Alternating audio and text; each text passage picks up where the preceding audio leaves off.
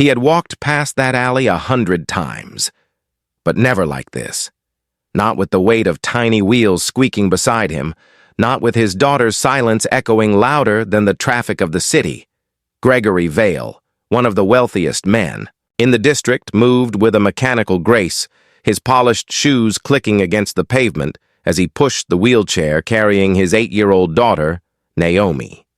She sat motionless beneath a pale blue blanket, her golden hair hanging, limp over her face.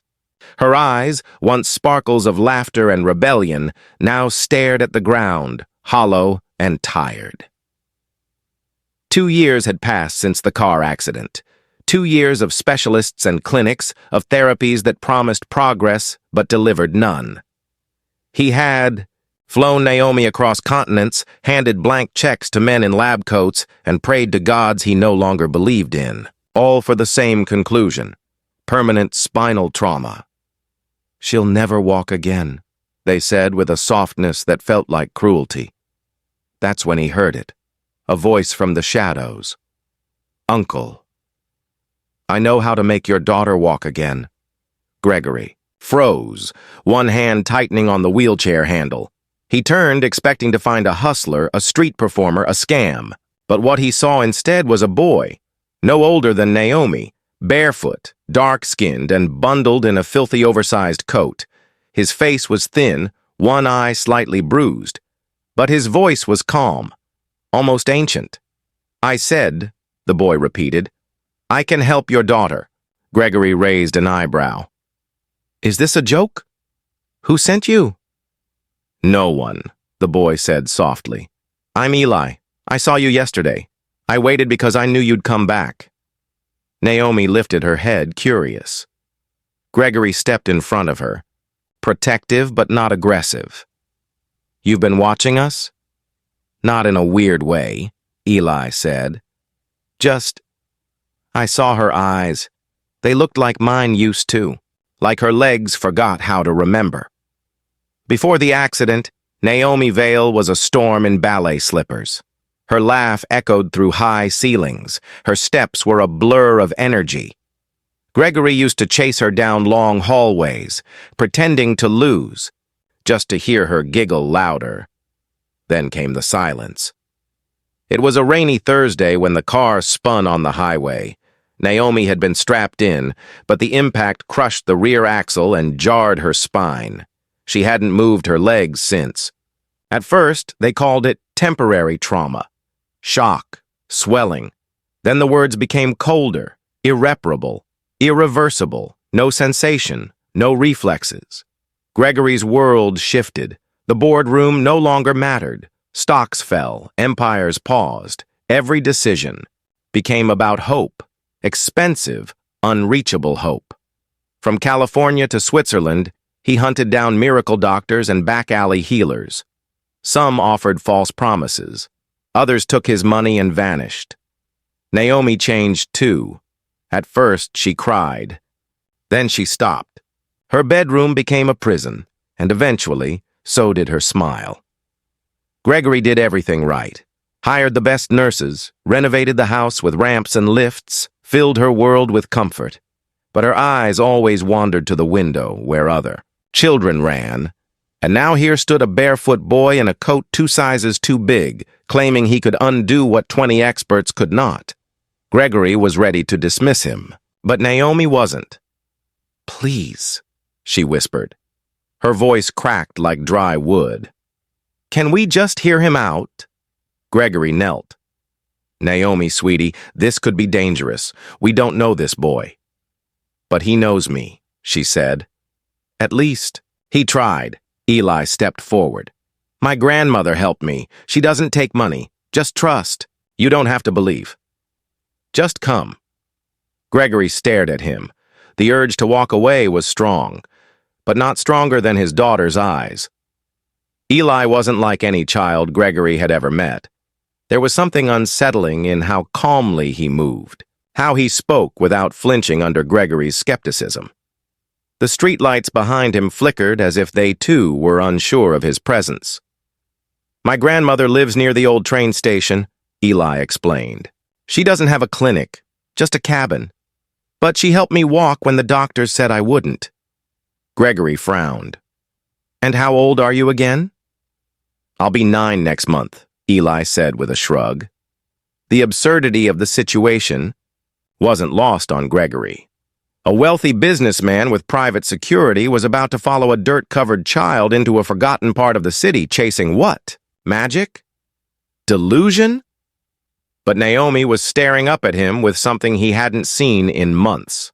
A glimmer. Not quite hope, but the flicker of curiosity. Gregory exhaled sharply. All right, but the second this feels wrong, we leave. Understood? Naomi nodded. Eli gave a small, satisfied smile. Then he turned and started walking. The journey was slow, cracked sidewalks, chain-link fences, stray dogs barking in the distance. Naomi's wheelchair rattled with every bump. Gregory kept one hand on her shoulder, the other clenched into a fist.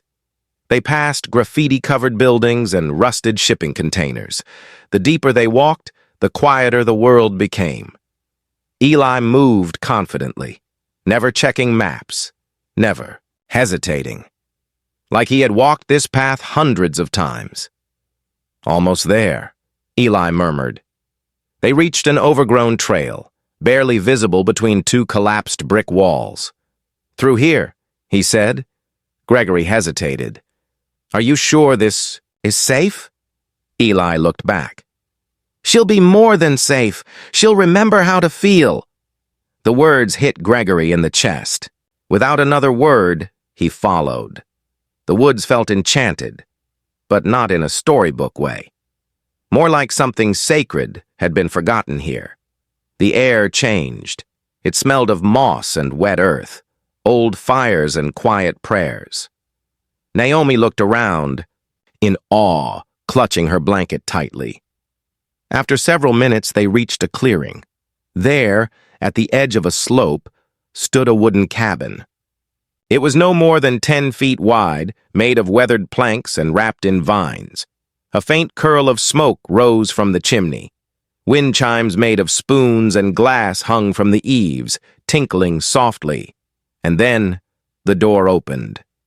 An old woman stepped onto the porch. She looked as though she had stepped out of another century. Her long silver hair was braided with pieces of bark, feathers, and copper wire. Her green eyes shimmered like polished stone. I was wondering when you'd bring them, she said to Eli, who simply nodded. Gregory tightened his grip on Naomi's chair. You know we're here? She did, Eli said. He didn't believe, but she did. The old woman crouched before Naomi. Child, may I touch your knees? Naomi looked at her father. He hesitated, then slowly nodded. The woman placed her hands over Naomi's legs. Not like a doctor, not like a healer, just like someone offering warmth. She closed her eyes and began to hum. The sound wasn't a melody, more like wind whispering through branches. Naomi flinched. I felt that, she whispered. Gregory leaned in. Felt what? A tingle. In my toes. The woman opened her eyes. Her spine is not broken, it's frozen. Bound in sorrow. The body obeys the heart more than the brain, Gregory scoffed. That's not science. No, she said. But science never wipes her tears at night. The air inside the cabin grew still. Even the chimes outside seemed to hold their breath. Eli stepped forward. Can she try standing? The woman turned to Naomi. Only if you want to, little one. Naomi hesitated, her lips parted, eyes wide with a trembling kind of hope. She gave a small nod. With grace and care, the old woman moved the wheelchair slightly back. Her hands, worn but steady, slid under Naomi's arms, guiding her gently. Gregory stepped forward in alarm. Wait! She must try, the woman said softly. Naomi's knees buckled at first. Her legs had forgotten the rhythm of standing. But then, like a rusted door creaking open, her right foot shifted, then her left. Gregory stopped breathing. She was up. Not standing tall, but standing. Naomi swayed like a deer taking its first step. Her lips quivered, her face flushed with disbelief. "I'm standing," she whispered. Gregory fell to his knees, tears springing uninvited. "Naomi," he choked. She turned to him, smiling through tears. "Daddy, I'm standing," he scrambled forward, terrified she might fall, terrified she might disappear. He clutched her tightly at the waist. She didn't fall. She trembled. But she stayed upright. "I felt my legs," she whispered again. "Daddy, I really felt them." "You did, sweetheart," he whispered back. "You really did." The old woman remained still. No joy, no pride, just peace. Eli stood behind them, quiet, watching. Gregory turned, still kneeling. "Who are you?" he asked Eli. Eli didn't smile, didn't gloat, just shrugged. "Just a boy who believes someone could be whole again." Gregory reached into his coat. "I'll pay you anything. Name it." Eli shook his head. "I don't need money. I just needed someone to listen." The morning sun was rising, streaking golden light through the trees. Naomi took another small step, then another. Her knees wobbled, her arms flailed for balance. She took a third and collapsed.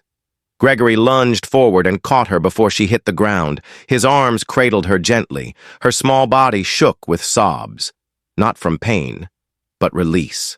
"I've got you," he whispered. "I've always got you." Naomi clung to him. Her voice trembled. "I felt them. I really felt them." "You did," he said again, barely breathing through his tears. "You did." Eli remained at a distance, crouched by a fallen log, hands wrapped around his knees. Gregory looked back at him. "How did you know?" he asked. "How did you do this?" Eli looked at the ground. "I didn't. I just remembered." "Remembered what?" "My grandma," he said. "She wasn't a doctor, but she knew pain, not the kind that lives in bones, the kind that hides behind silence." Gregory said nothing. Eli kept going, his voice lower. "My foot was twisted when I was born." Kids laughed. "Mom left. Grandma raised me. One day she said it was time. She placed her hand on my foot, whispered things I didn't understand, told me to stand. I did. I never fell again." Naomi stared at him, wide-eyed. "She healed you?" Eli smiled faintly. "She reminded me I wasn't broken." Gregory's voice cracked. "Where is she now?" "Gone," Eli whispered. "Last winter." He wiped his nose with the sleeve of his coat. "They said she was a fraud, that I was making it all up. So I ran, and I started helping people. Only the ones who ask, only the ones who really want to believe." Gregory said nothing. Naomi's fingers dug into his coat. Gregory rose slowly, turning to face the old woman. "You're not just a healer," he said. "You're something else." She didn't reply, only nodded, like she had heard those words 1,000 times. Eli spoke instead. "She listens. That's all. I do the rest." Gregory looked at Naomi, now sitting in the wheelchair again, but with a brightness in her eyes that had long been absent. "You gave her something science never could," Gregory whispered. "Hope." The old woman nodded. "Hope is not a cure, but it's where all cures begin." Gregory turned to Eli. "I want to take you with us. You'll have a future. Doctors, therapists, a home." Eli shook his head. "My place is here, in the corners, in the places no one looks. That's where hurt lives. That's where I'm needed." Gregory hesitated. "And if I want to help you?" "You already did," Eli said. "You listened."